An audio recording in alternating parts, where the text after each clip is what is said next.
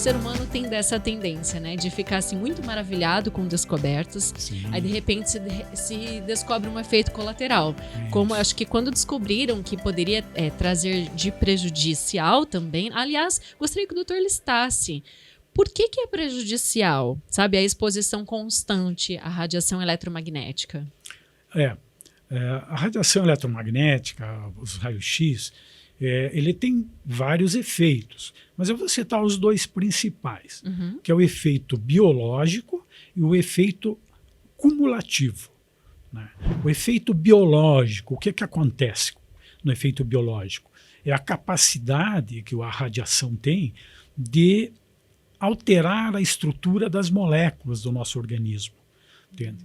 Ela, como o nome está dizendo, radiação ionizante. Então acontece uma ionização das moléculas das nossas células. Né? Então os físicos e os químicos dominam muito bem essa questão da ionização. Mas, em resumo, a ionização nada mais é do que transformar a molécula das nossas células. E isso causa riscos, porque você está mudando uma estrutura biológica que está equilibrada. E pode causar que tipo de sintoma na pessoa, essa alteração vamos falar dos prótons e dos elétrons, né? Que são os positivo e negativo que formam o átomo, né? A molécula ali. Então elas ficam, de certa forma, enlouquecidas. Sim. A gente pode tratar assim, grosseiramente falando. Porque os íons, quer dizer, o produto da ionização é a formação de íons. Existem íons que ficam negativos, moléculas que ficam negativas e moléculas que ficam positivas. Elas saem do equilíbrio. Né? E daí no sintoma na pessoa, assim, cumulativamente falando, pode dar que tipo de alteração física e psicológica? Como que a gente pode... Então, o efeito biológico, basicamente, são essas alterações. Os efeitos cumulativos é aquela pessoa que fica recebendo doses e mais doses seguidamente de raio-x, sem medir custo-benefício. Se o custo-benefício é você examinar mais seguido a pessoa, faz o exame, sem dúvida nenhuma, com as medidas de segurança que existem. Certo? O que não pode é você ficar se submetendo sem critério. Aí entra o ultrassom também, doutor? Ou não? Não. O ultrassom é outra instância. É outra esfera. Mas só deixa eu completar sobre os sintomas que você fez. Se a gente for pegar pessoas que foram contaminadas por radiação. Então teve aquele acidente de Goiânia, que já faz uns 30 anos mais ou menos, né? Mas aquilo aconteceu não com raio-x, aconteceu com radiação de elementos de radioterapia, que estavam numa cápsula, foram destruídos e contaminaram a pessoa. Então aquelas pessoas sentiram queimadura, sentiram cansaço, entende? Perderam sua capacidade imunológica de doenças, de defesa às doenças. Né? Então, os efeitos cumulativos da radiação, eles levam a pessoa, o paciente, para esse tipo de sofrimento, entende? Cansaço, mal-estar, principalmente essas situações, entende? E faz alterações outras, que daí você mede, faz exame de sangue, tudo isso, entende? Para você ter um mapa da pessoa. O exame de sangue, o laboratorial, auxilia para você descobrir os níveis de radiação no corpo de alguém. Não é assim. Ele é uma pesquisa clínica, é uma suspeita que existe no paciente, e você vai buscar redução de células, entende? No organismo da pessoa. Né? Então, é essa a questão. Interessantíssimo. Bom, eu tenho muita coisa que eu quero te perguntar. Por exemplo, o seu início na área... Antes disso, só deixa eu completar. Sim, claro. A radioterapia, né? Que é uma área correlata. Ela já está falando terapia.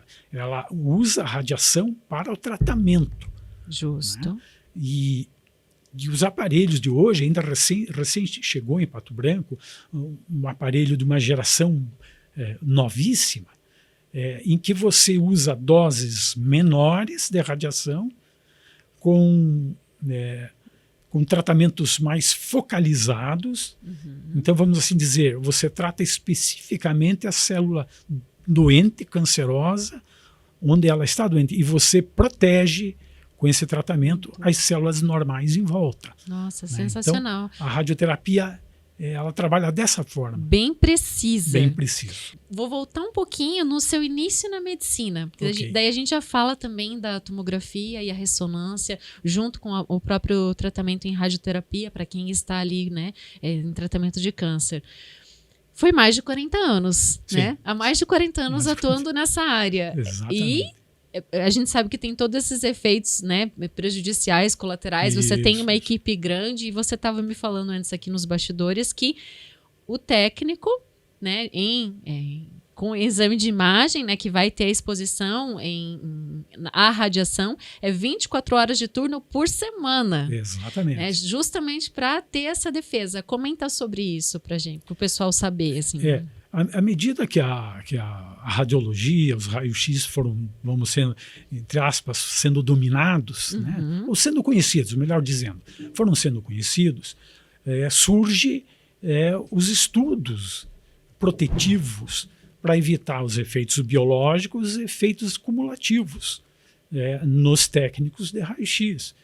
Eles, quando vão fazer as imagens dos pacientes na sala de exame, eles ficam protegidos atrás de um biombo. Né? Um biombo que tem toda a proteção. E esse biombo, ele tem a proteção pesquisada por físicos.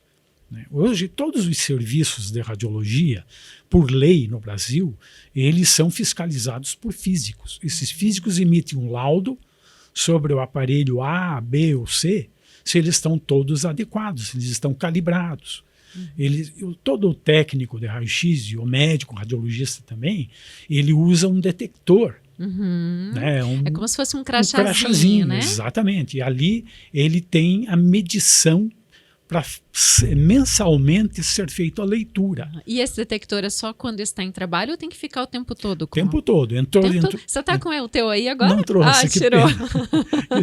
Tirou para não interferir aqui. Não, porque ele não deve. Ele deve ficar somente dentro do serviço. Certo. Porque até assim, a energia solar, né, ele pode influenciar na dosagem, entende, de radiação. Então, quando o doutor vai sair de lá, deixa guardadinho. Perfeito. Quando volta para a clínica, exatamente, já coloca o dispositivo. E todos os técnicos fazem também, isso. Se eu trabalhar em 2 locais diferentes sob a radiação, eu tenho que ter 2 detectores diferentes.